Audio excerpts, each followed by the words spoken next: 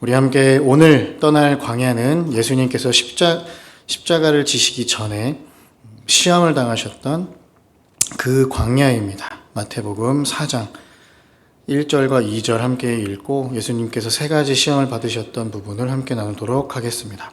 4장 1절과 2절 함께 읽도록 하겠습니다. 그때에 예수께서 성령에게 이끌리어 마귀에게 시험을 받으러 광야로 가사 40일을 밤낮으로 금식하신 후에 줄이신지라. 아멘. 광야라고 하셔서 시험을 받으시는 예수님을 살펴보기 이전에 우리는 마태복음 3장을 또 살펴봐야겠습니다. 지난 주일에 함께 나누었던 누가복음 3장과 동일한 본문인데요. 예수님은 세례 요한을 통해서 세례를 받으신 이후에 그러면서 하늘이 열리고 성령이 비둘기같이 내리면서 예수님을 가리켜 이는 내 사랑하는 아들이고 내가 그를 기뻐하는 자다. 이것은 살아계신 하나님께서 자신을 직접 나타내 계시하시는 참 중요하고 특별한 장면이기도 하지만 그와 더불어 그 살아계신 하나님께서 아버지 하나님께서 창조주 하나님께서 직접 이 예수님을 메시아로 공인하신 하나님의 살아계신 하나님의 아들이심을 인증해 주시는 장면이 마태복음 3장에 있는 것이죠. 세상 사람들은 그 모습을 보면서 와, 정말 저분이 메시아구나, 그리스도시구나, 그분은 성령이 비둘기처럼 내려오시는 그 광경 중에 하나님의 아들이라는 증거를 얻으셨어. 이런 장면이 끝난 뒤후에 예수님께서 성령에 이끌려 도착하신 곳이 광야라는 사실, 한 번 더 그 광야라는 공간이 가지고 있는 의미를 우리들에게 묵상케 하십니다. 화려하고 아름답고 신비롭고 영광 중에 하나님으로부터 너는 내 아들이다, 내가 너를 기뻐하고 사랑한다라는 말씀을 들은 직후에 그 자리가 광야라는 사실, 우리도 마찬가지일 겁니다. 신앙생활을 정말 감격스럽게 너무나 행복하게 아름답게 시작하고 그 신앙의 꽃을 피울 때쯤 하나님은 우리를 다시 세상으로 보내십니다. 그 광야와 같은 세상, 정글과 같은 그 밀림과 같은 그 세상으로 우리를 다시 보내시는 거예요. 우리는 그저 광야에만 머물 수 없다는 사실도 기억하셔야 됩니다. 하나님의 말씀을 바르게 듣고 그 말씀이 선포되는 그 지성소와 같은 그 미드바르의 그 광야에서부터 하나님께 충분한 말씀을 듣고 하나님의 그 본질을 다시 회복하셨다면 우리는 다시 광야로 가서 세상으로 가서 그들과 함께 호흡하며 우리가 믿는 하나님, 또 내가 사랑하는 그 하나님을 세상에게 증거할 필요도 있다는 것이죠. 우린 이러한 관점으로 예수님의 이 광야 시험, 잘 아시는 그 세 가지 시험을 조금 어색하게 보고 색다르게 보고 다양한 관점을 보면서 오늘 나에게 주어지는 시험과 유혹은 어디 있을까? 무엇일까? 나아가서 그 시험과 유혹을 나는 어떻게 극복하고 승리할까? 우리 함께 그런 마음을 가지고 본문을 나누도록 하겠습니다. 첫 번째 시험을 돌들로 떡덩이가 되게 하는 시험이었습니다. 예수님은 참 신이시지만 참 인간이십니다. 50대 50으로 나누어지는 분이 아니라 100% 신이시면서 동시에 100% 인간이셨던 분. 인간의 기준으로, 인간의 계산으로, 인간의 합리성으로는 어떻게 50대 50이 아니라 100대 100이야 라고 할 수 있지만 그것은 우리의 관점이고 하나님의 관점으로는 완전한 신이자 완전한 인간으로 예수님을 이 땅에 보내주셨습니다. 왜냐하면 예수님이 완전한 인간이 아니시게 되면 그분이 짊어지시고 우리를 위해서 대신 죽으신 그 십자가가 무의미할 수밖에 없음을 우리가 인식해야 되겠지요. 그분은 우리의 모든 죄를 실제로 구체적으로 명확하게 지고 가신 진짜 인간이셨습니다. 그저 형식적으로 신의 위치에서 내가 너희의 죄를 사해 줄게 라고 선언만 하신 것이 아니라 진짜 인간이 되셔서 우리의 죄를 이해하시고 공감하시고 긍휼한 마음으로 십자가를 지신 분이시기 때문에 그분은 100% 완전한 인간이십니다. 그러면서도 그분이 참 신, 100% 신이어야 했던 이유는 그 구원이 그저 형식적으로 종교적으로 끝나지 아니하고 완전하고 영원하도록 지속되도록 우리에게 구원을 선물해 주신 분이시기 때문에 그분은 하나님의 아들로서 그 십자가를 지셨다는 것을 우리는 기억하셔야 되겠습니다. 왜 이것을 강조하느냐? 예수님은 100% 인간이셨기 때문에, 완전한 인간이셨기 때문에 40일을 금식하며 굶주리셨다? 예수님도 얼마든지 목이 마르시고 배가 고프시고 피곤하시고 힘드셨다는 사실, 그러한 예수님 앞에 이 돌들로 떡덩이가 되게 해서 먹어라. 이 시험은 굉장히 본능적인 시험입니다. 배고프고 힘들고 연약해 있는 상태에서 그 모든 것들을 해소하라는 그 시험과 유혹은 누구도 쉽게 떨쳐내기 힘든 유혹이겠지요. 더 큰 문제는 두 번째에 있습니다. 이 시험은 굉장히 본능적인 시험이면서 신앙적인 시험이라는 것을 우리가 기억해야겠습니다. 그 당시 유대인들은 메시아가, 구약에 예언된 메시아가 이 땅에 오시게 되면 신명기 18장의 말씀을 근거로 모세와 같은 선지자, 하나님께서 너와 같은, 모세를 향해서 너와 같은 선지자 하나를 보낼 것이다 라고 한 그 말씀을 가지고, 메시아가 오면 모세 때처럼 만나를 내려주시고 메추라기로 먹여주시겠구나. 먹는 것 하나만큼은 우리가 해결되겠구나. 육체적인, 육신적인, 그저 자신의 먹을 것에만 연연하는 그런 시대가 도래될 것이라고 착각했던 유대인들이었습니다. 최소한 로마의 압제에서부터는 벗어나게 해주시겠구나. 이 고난, 이 핍박, 이 환난, 이 와중에 먹는 것만큼은 해결해 주시겠구나. 이런 본능적인 해결을 요구하는 이스라엘 백성들, 그리고 유대인들을 향해 대중적인 기대를 한 몸에 얻을 수도 있었던 그 예수님을 향해 성경이 그렇지 않았느냐? 모세처럼 만나를, 메추라기를 먹이는 그런 제2의 모세의 역할을 너가 감당해봐.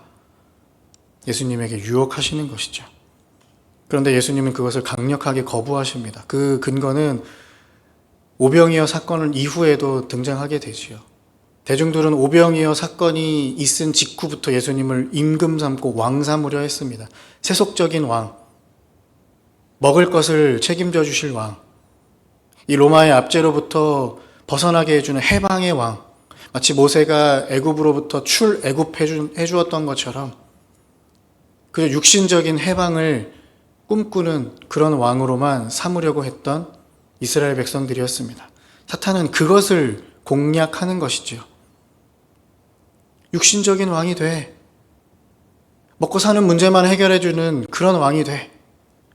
하지만 예수님은 사람이 떡으로만 사는 것이 아니요, 오직 여호와의 입에서 나오는 그 말씀으로 사는 것이라는 말씀으로 그 시험을 물리치고 계시는 중입니다.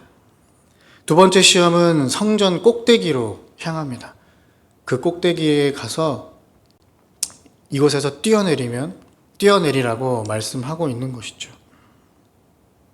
굉장히 그럴싸한 유혹인 것이 6절을 한번 읽어보시면 화면에 있습니다.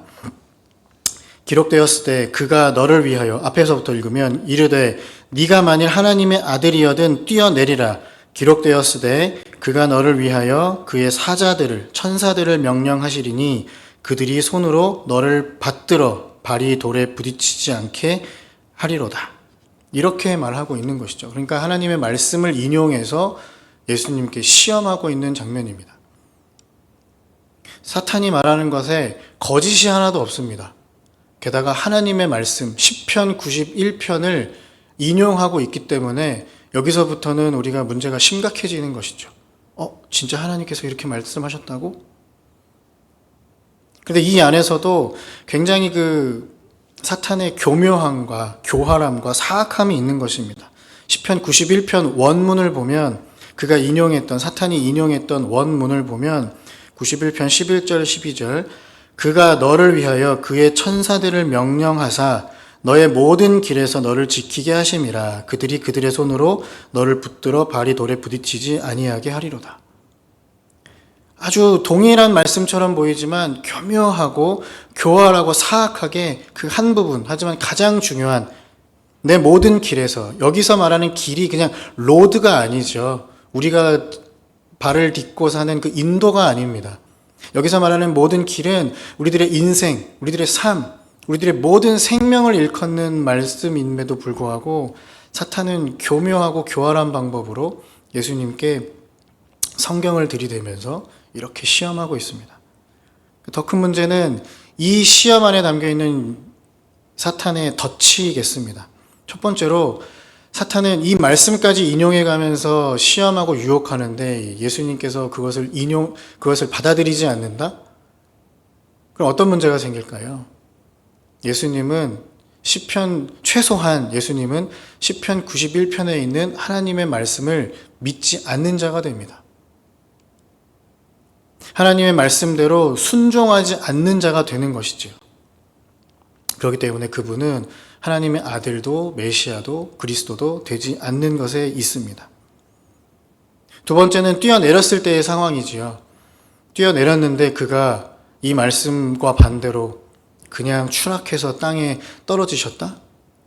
그러면 이제 예수님이 하나님의 아들이 아닌 것도 문제지만 이렇게 말씀하신 하나님은 거짓말쟁이가 되거나 무능력한 자가 되는 것입니다. 말은 이렇게 해놓고 실제로 예수가 뛰어내렸더니 그를 보호해주지 않는다고? 하나님은 거짓말쟁이야? 아니면 하나님은 이렇게 해줄 능력도 없으면서 허풍만 떨었던 무능력한 사람, 무능력한 존재야? 라고 하는 것입니다. 세 번째가 또 저희의 마음을 좀 울려야 하는 것이 무엇이냐면 이 공간이 지금 성전 꼭대기라고 하고 있습니다. 성전은 저 멀리 산속에 있는 것이 아니라 수많은 사람들이 오고 가는 일종의 광장을 형성하는 곳이 성전입니다. 많은 사람들이 오고 가고 있는 그때에 예수님께서 그 성전 꼭대기에서 직접 뛰어내려서서 아름답게 착지하고 안전하게 쫙 내렸다고 생각해 보십시오. 그 이후에 어떤 일이 벌어질까요? 하나님은 온데간데 없고 성전 꼭대기에서 뛰어내려서 아름답고 안전하게 착지한 예수님만 보일 겁니다. 예수님만이 슈퍼스타가 되겠지요. 모든 조명과 모든 관심은 예수님께로 쏠릴 겁니다. 예수님께서 모든 기적들을 행하셨던 그 모습처럼 하나님은 온데간데 없이 예수님을 왕 삼으려 했던 사람들의 발길이 더욱더 끊이지 않을 겁니다. 그러니까 사탄은 이렇게 교묘하고 교활한 방식으로 이렇게 가도 문제, 저렇게 가도 문제, 이러한 시험거리를 주는 것이 사탄의 모습이었습니다. 그런데 예수님은 단호하게 말씀하시죠. 시험하지 말라. 나의 믿음을 사탄 너에게 증명할 필요도 없고 내가 믿는 하나님을 너에게 증명할 필요도 없다. 단호하게 선언하시는 겁니다. 우리의 신앙도 마찬가지이지요. 우리가 세상에게 나의 믿음을 뽐내고 보여줄 의무는 없습니다.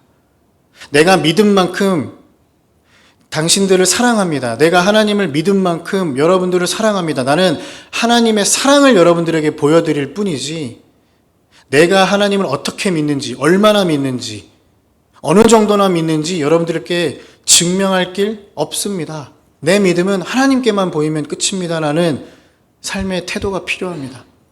자꾸만 내가 설득하려 하고 내가 이만큼 하나님을 믿는데요. 내가 하나님을 이렇게 오랫동안 믿었는데요. 나는 이러한 하나님을 믿는데요. 증명하기 시작하는 동안